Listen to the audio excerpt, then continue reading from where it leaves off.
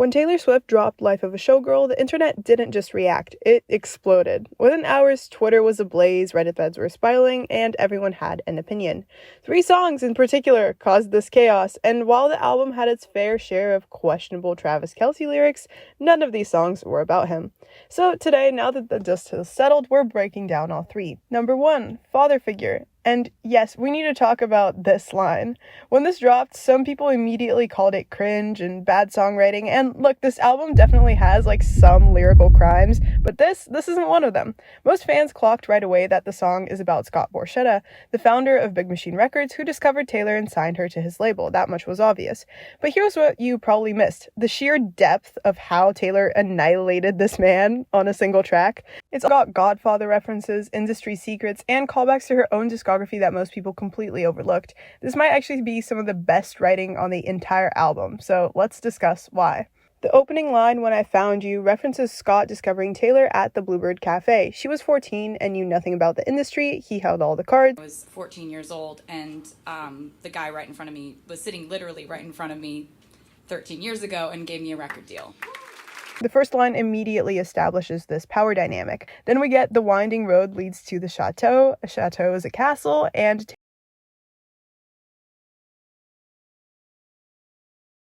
on the surface, he's promising her success if she goes on this journey with him. But there's also a darker layer here. It's more than likely that she could also be referencing the Chateau Marmont, the legendary Hollywood party destination with strict privacy policies, which makes it a hotspot for celebrities. It's a place where the likes of Elizabeth Taylor, who has another track dedicated to her on this album, stayed long term, and where Taylor herself hosted her 2023 Grammys after party. Glamorous, right? Except the Chateau Marmont also has a darker legacy: overdoses, sexual assault cases, and such. This duality captures exactly what she's saying about the industry: glamorous on the outside, predatory underneath.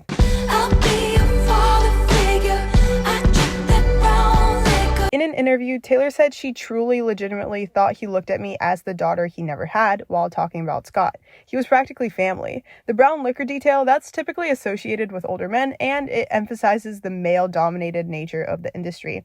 Oh, and Scott is an older man and actually owns a brown liquor distillery, so there's that too. But here's where it gets interesting. This lyric also sets up a whole mafia boss image that runs through the entire song. The brown liquor, the mahogany grain, all the "I'll protect the family" lyrics, whose portrait's on the mantle. She's not just making random jabs, she's being deliberate. The music industry operates like a mafia. You need the right connections. There are tons of informal deals and personal relationships that make everything run, and this theme is even more relevant when you consider that Scott Borchetta's own father was also an industry executive. Let's talk about everyone's favorite lyric. This line actually captures 2 things brilliantly. First, that in order to get anything done in the industry, you need more power and guts than everyone else. Second, that you have to sell your soul. You're literally making deals with the devil. And here's where it gets dark. Scott later did exactly this. He sold Taylor's masters, as we know, to Scooter Braun, the devil himself in Taylor's eyes. He sold out and betrayed her by giving the rights to her music to the one person that she didn't want to have it. He would sell my music. I knew he would do that. I couldn't believe who he sold it to, because we've had endless conversations about Scooter Braun. This flows directly into the next line: "This love is pure profit." Even though Taylor believed otherwise, Scott never actually had her best interests at heart. He was in it for the money. And Taylor made him lots of money. On Karma from Midnights, she sang "My pennies made your crown," which I thought was just kind of like a regular roast, until I learned that she literally earned 80% of Scott's label's revenue. She built his empire, and yet he still wanted more money from her. I also think this verse is a broader commentary on how big executives frame contracts as no big deal. Just step into my office and you'll get the fame you want. But in reality, they're gaining massive power over you, just like Scott did with Taylor, because it's all on their terms in their office. You brought her into the office after hours, right? So that I was your still former at colleagues Universal. wouldn't... Yeah. And so I said, come by at 7 p.m. Everybody at Universal was long gone by 7 p.m. I dry your tears with my sleeve. At first, this sounds caring, right? Comforting. But Taylor's pointing out that even in these supposedly tender moments, it was still a business interaction. He did it with his sleeve, like he was wearing a suit. It was transactional. And here's the irony. Taylor admitted in interviews that Scott saw her cry about Scooter Braun, the same Scooter he would eventually sell her entire catalog to. This might also reference My Tears Ricochet because of the crying, which is rumored to be about the Masters situation as well, but we don't have time to dive into that today. Now, if you haven't picked up on the Mafia theme yet, Taylor makes it impossible to miss.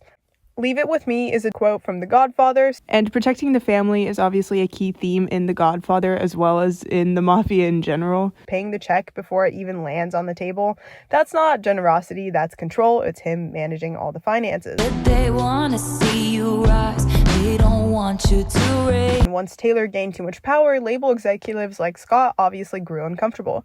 They loved the idea of her making money for them, but they didn't like it when she started threatening their power.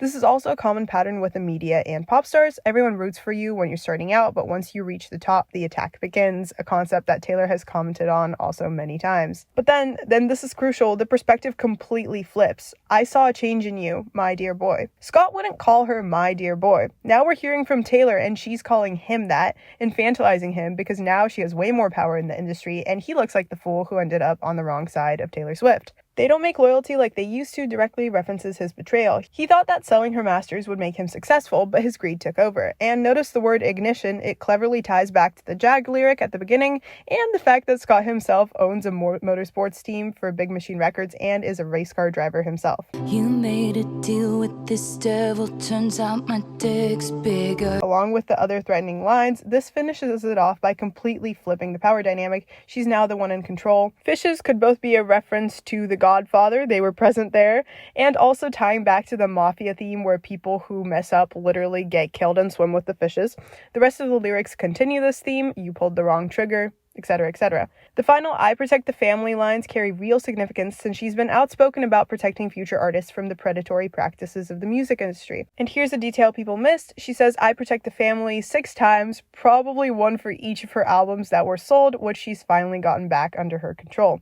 And finally, the most brilliant detail, I'll Be Your Father Figure is actually a lyric from a George Michael song. George Michael also went through a struggle to get his masters back from Sony, but he failed.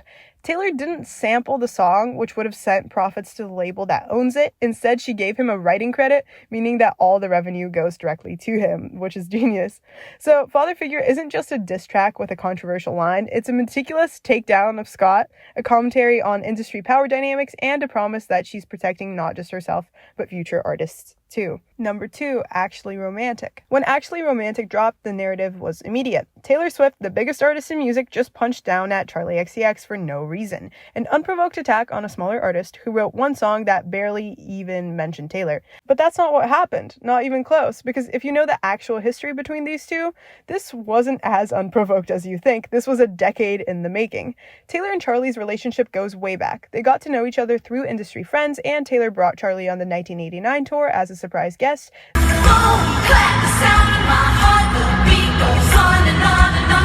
Then as an opener on the Reputation tour. Even though Charli wasn't mainstream at that time and her edgy hyperpop style didn't exactly line up with Taylor's fan base. This was a huge opportunity for Charli, massive exposure, but afterwards she described the experience as performing to a bunch of 5-year-olds. Now, Charli later clarified that this wasn't meant to be malicious, she was just used to playing 18+ club shows, and Taylor's audience was literally children, which is understandable, she felt out of place. Taylor even texted her saying not to worry about it, that interviews are difficult. So at this point, everything seemed fine. Taylor was being supportive, Charli was grateful, but then things started to shift a little bit. Their paths really crossed again when Taylor started dating Matty Healy, the frontman of the 1975. Why does this matter? Because the drummer of the 1975 is George Daniel, Charli XCX's boyfriend and now fiance. Suddenly, in 2024, they're in the same social circle, and that's where it gets complicated. Throughout her career, Charli has been very open about wanting to be a pop star, not just a darling of the critics or a cult favorite. She wanted mainstream success. This has been the total opposite of like an overnight success story. I've always been caught in this dichotomy of, am I a left field underground artist or am I supposed to be a pop star? And now the most popular woman in music was around her all the time, being compared to her in the press. For years, Charli watched Taylor get bigger and bigger while she struggled to break into the mainstream, although she did have a few select successes, but they weren't exactly in the genre she wanted. They were forced by the label.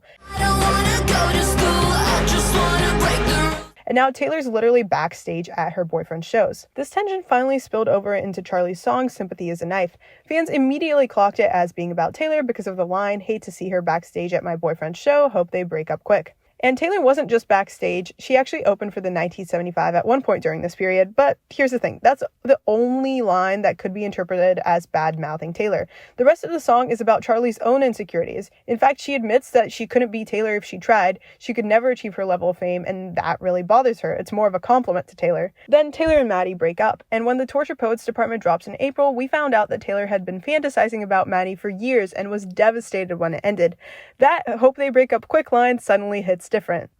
Hits different. Okay, I'm gonna stop. Still, after Brat came out, Taylor publicly praised Charli's album, positive statement, supportive, no drama. In fact, she gave this statement while on the Eras tour, while it was really hard for anybody to get a direct quote from Taylor, so this was a massive compliment. But here's the thing, the Torture Poets department dropped right when Charli released Brat and was still doing her giant marketing campaign. And when Taylor Swift releases an album at the same time as you, your chances of hitting number one go to zero really fast. This isn't unique to Charli. It's why artists literally plan their releases around Taylor's schedule. But for Charli, who knew Taylor personally, who had history with her, it must have stung. Despite everything, Taylor blocked her from getting a UK number one. And this is where things escalated. Charli started subtly shading Taylor in interviews and on Twitter. Her fans even started chanting "Die Taylor Swift" at one of her shows, taking the "Sympathy is a Knife" song to heart, along with the rest of Charli's comments.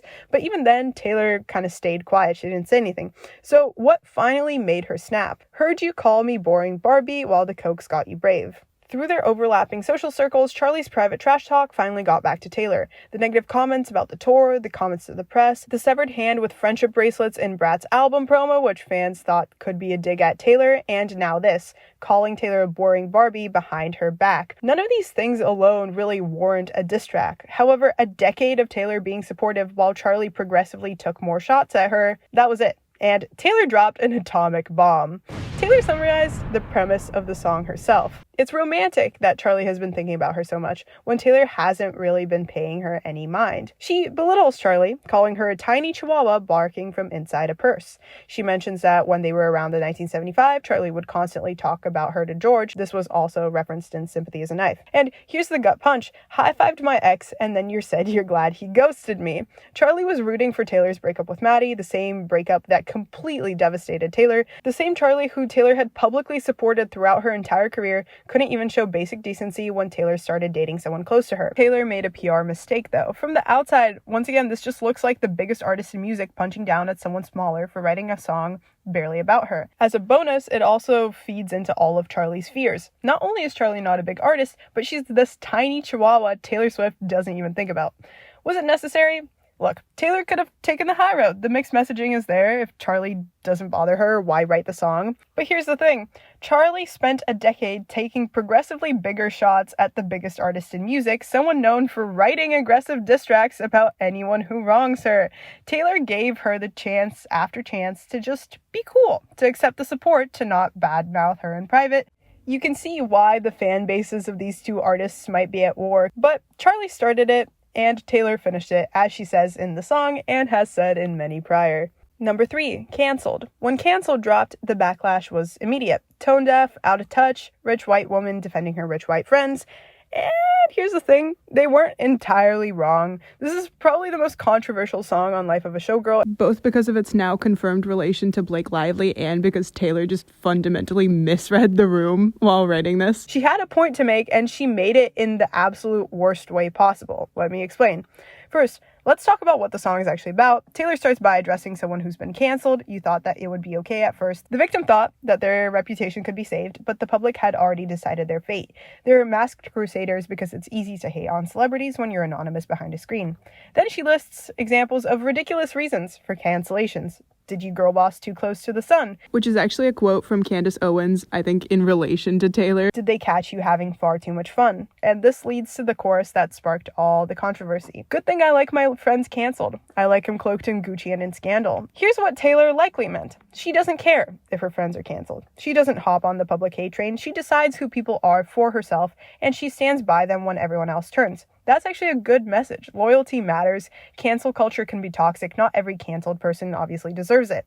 But here's where it goes wrong. Why on earth would you phrase it as "I like my friends canceled"? And as a bonus, why would you add that you like them rich too? Look, knowing Taylor, this could have been meant as a satirical bit. She's done this with Blank Space before, where she leaned into all of the rumors about her being like a man-eater and just wrote a song about it. That was completely ironic. This is not ironic enough. By no means. Where was her publicist? The rest of the song continues with this theme, with some solid points buried under questionable execution. Did you make a joke only a man could? This is valid. Women face far more scrutiny than men. True. They stood by me before my exoneration. References her 2017 cancellation, the biggest scandal of her career. Also fine, except we know about that. The entirety of Reputation was about that. And she's not adding any new commentary here. The only thing that saves this song somewhat, in my opinion, is it does tie into the album Showgirl theme well, unlike some other songs on the album. Cancellation is directly relevant to life in the spotlight. The whiskey sour lyric connects to the mafia imagery and father figure, so thematically at least, it works. Now, the Blake Lively question, is this about her? For some quick context, Blake starred in the movie It Ends With Us and got into a legal battle with director Justin Baldoni. She sued him for sexual harassment, he sued her for defamation.